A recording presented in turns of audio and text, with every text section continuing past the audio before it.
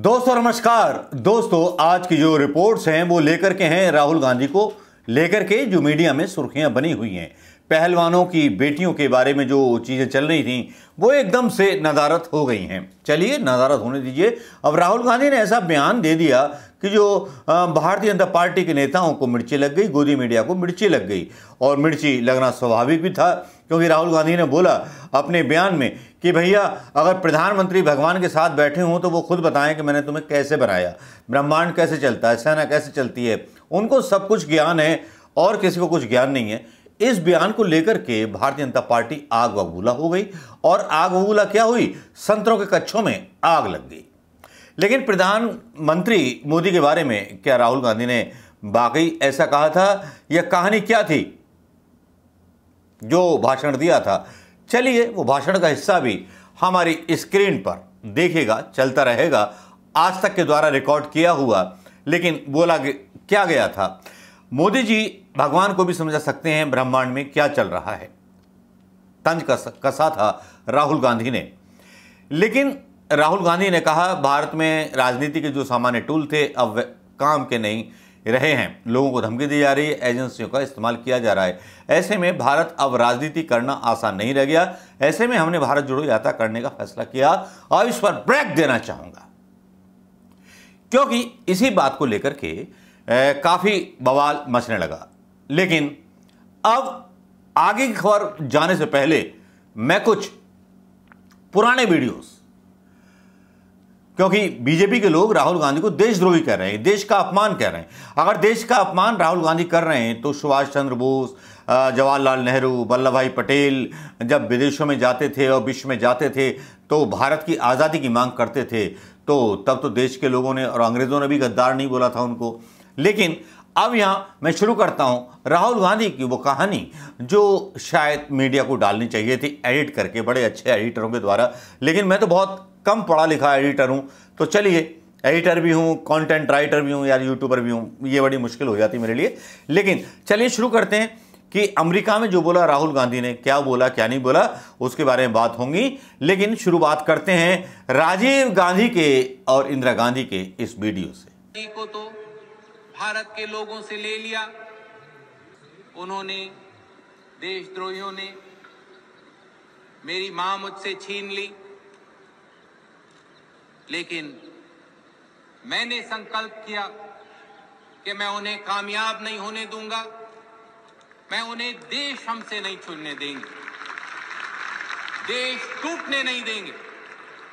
और चाहे कोई भी कीमत देनी पड़े, चाहे कोई भी कुर्बानी की जरूरत हो, वो कुर्बानी हम देने को तैयार होंगे।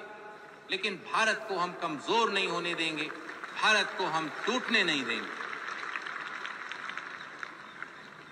अगर इंदिरा जी ने, अगर मेरी मां ने मुझे कुछ सिखाया तो मुझे ये सिखाया था कि देश के लिए कोई भी कुर्बानी कम नहीं है।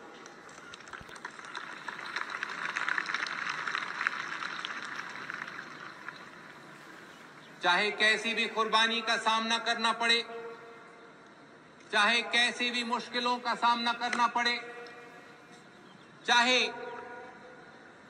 जान देना पड़े, देश के लिए जान हाजिर है, कोई भी कुर्बानी हाजिर है। और जब तक मुझमें सांस है तब तक सेवा ही नहीं जाएगी। और जब मेरी जान जाएगी तो मैं कह सकती हूँ कि एक एक खून का खतरा जितना मेरा है तो एक एक खून एक भारत को जीवित करेगा। राजीव गांधी का ये वीडियो आपने सुन लिया होगा कुर्बानी देने के बारे में, और इंदिरा गांधी का वीडियो भी सुन लिया होगा कुर्बानी देने के बारे में। और राहुल गांधी ने भी बोला था कि मुझे कितनी बार जेल में डाल दो, मैं अदानी से सवाल पूछता रहूंगा, पूछता रहूंगा, पूछता रहूंगा।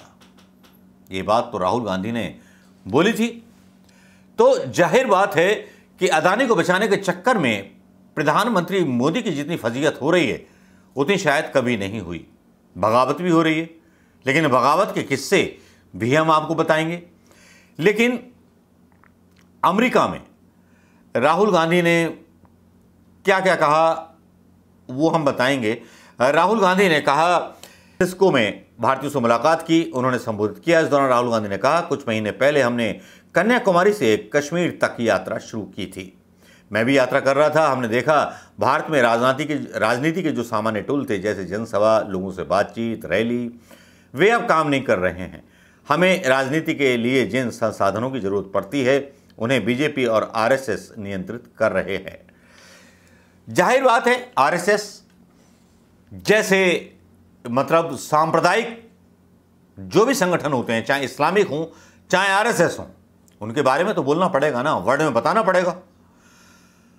और जो देश के युवाओं को रोजगार की जगह हथियार थमा रहे हों, वे अब काम नहीं कर रहे। हमें राजनीति के लिए जिन संसाधनों की जरूरत पड़ती है, उन्हें बीजेपी और आरएसएस नियंत्रित कर रहे हैं। लोगों को धमकी दी जा रही है, एजेंसियों का हवाला दिया जा रहा है। ऐसे में हमें लगा कहीं ना कहीं भारत में अब राजनीति करना आसान नहीं रह गया है। ऐसे में हमने यात्रा करने का फैसला किया। राहुल गांधी ने पीएम मोदी पर तंज कसा, और जो तंज कसा उसी पर बवाल पूरे हिंदुस्तान पर मच गया। गोदी मीडिया को भी मिर्ची लग गई, और भारतीय जनता पार्टी के नेताओं को तो इतनी मिर्ची लगी कि वो राहुल गांधी का नाम लेकर के खौफ के मारे, डर के मारे जीने लगे। कुछ मंत्री कहने लगे बड़ा घटिया नेता है, कुछ लोग कहने लगे फलाना नेता है, कुछ लोग कहने लगे कि विदेशों में जाके देश को बदनाम कर रहे हैं। अरे भाई, विदेशों में अगर जाकर के महात्मा गांधी और जवाहरलाल नेहरू और जो है पटेल साहब अगर विश्व के सामने ना बोलते तो हिंदुस्तान आज़ाद कैसे होता? अरे आप क्या जानो, वो पेंशन लेने वाले लोग, मुखबिर लोग, आप क्या जानो। राहुल गांधी ने कहा कि दुनिया इतनी बड़ी है, कोई व्यक्ति ये नहीं सोच सकता कि वह सबके बारे में सब कुछ जानता है। यह एक बीमारी की तरह है कि भारत में कुछ लोग ऐसे हैं जो सोचते हैं वे सब कुछ जानते हैं। मुझे लगता है, उन्हें लगता है कि भगवान से ज़्यादा जानते हैं। वे भगवान के सामने बैठकर उन्हें समझा सकते हैं कि क्या चल रहा है। यहाँ तक तो ठीक था, लेकिन राहुल गांधी पीछे कहाँ रहने वाले हैं भाई? शहादत देने वाले लोग कहाँ पीछे रहते हैं? उन्होंने एक नाम कोट कर दिया, पीएम मोदी उनमें से एक हैं। आ रही है स्क्रीन पे न्यूज, सुनिए, देखिए, पढ़िए। राहुल गांधी ने सीधे सीधे भाई साहब की पैंट फाड़ दी। राहुल गांधी ने कहा, मुझे लगता है कि पीएम मोदी से कहा जाए कि वे भगवान के सामने बैठ जाएं तो वे भगवान को समझाने लगेंगे कि ब्रह्मांड में क्या चल रहा है। भगवान भी भ्रमित हो जाएंगे कि उन्होंने क्या बनाया है। भारत में यही चल रहा है। भारत में कुछ लोग ऐसे हैं जो सब कुछ जानते हैं। जब वे वैज्ञानिक के पास जाते हैं तो उन्हें विज्ञान के बारे में बताते हैं। जब वे इतिहासकार के पास जाते हैं तो उन्हें इतिहास के बारे में बताते हैं। आर्मी को युद्ध के बारे में, एयरफोर्स को उड़ान के बारे में सब कुछ बताते हैं। लेकिन सही बात यह है कि उन्हें कुछ समझ नहीं आता, क्योंकि अगर आप किसी को सुनना नहीं चाहते तो आप उसके बारे में कुछ नहीं जान सकते। बड़ा करारा प्रहार राहुल गांधी ने प्रधानमंत्री मोदी पे किया। एक तरह से मतलब पूरी तरह से उतार दिया। अगर यही बात राहुल गांधी किसी इंडिया में चुनावी रैली में बोलते या कहीं बोलती तो वो गायब कर दी जाती, लेकिन चूंकि विदेश में बोला गया तब आंखें खुल रही हैं। बिलबिलाई घूम रहे हैं सारे लोग, और बिलबिलाई घूम रहे हैं, भागती फिर रही हैं मीनाक्षी लेखी। लेकिन चलिए, उनका एक वीडियो अलग से आएगा यार, वादा करता हूं। राहुल गांधी ने कहा, यात्रा में पूरा भारत हमारे साथ था। राहुल ने कहा, जब हमने यात्रा शुरू की तो सोचा देखेंगे क्या होता है। 5-6 दिन बाद हमें एहसास हुआ कि हजारों किलोमीटर की यात्रा आसान नहीं है। मेरे घुटनों में चोट की वजह से मुझे दिक्कत हुई। हमारे पास कोई विकल्प भी नहीं था। हम हर रोज 25 किलोमीटर की यात्रा तय कर रहे थे। 3 हफ्ते बाद चौंकाने वाली बात हुई। हमने एहसास किया कि हमें थकान नहीं हो रही है। मैं अपने साथ चल रहे लोगों से पूछा क्या उन्हें थकान हो रही? लोगों ने कहा नहीं, थकान नहीं हो रही। यात्रा रोकने की कोशिश की गई। अमेरिका में भारत का तिरंगा उठाने के लिए धन्यवाद। राहुल ने कहा, अगर आप गुस्सा, घृणा, नफरत रखते हैं तो आपको बीजेपी की मीटिंग में बैठना चाहिए। मैं भी मन की बात कर रहा हूं। अमेरिका में भारत का तिरंगा उठाने के लिए धन्यवाद। ये अमेरिका के लोगों को ये बताना कि भारतीय होना क्या होता है। उनका और उनकी विचारधारा का सम्मान करके, उनसे सीखकर और उन्हें अपने से सीखने के लिए प्रेरित करने के लिए आप सभी का धन्यवाद। आप सभी हमारे एम्बेसडर हैं। राहुल गांधी ने एक लक्ष्मण रेखा खींच दी प्रधानमंत्री मोदी के सामने, जो शायद प्रधानमंत्री मोदी कभी खींच नहीं पाएंगे।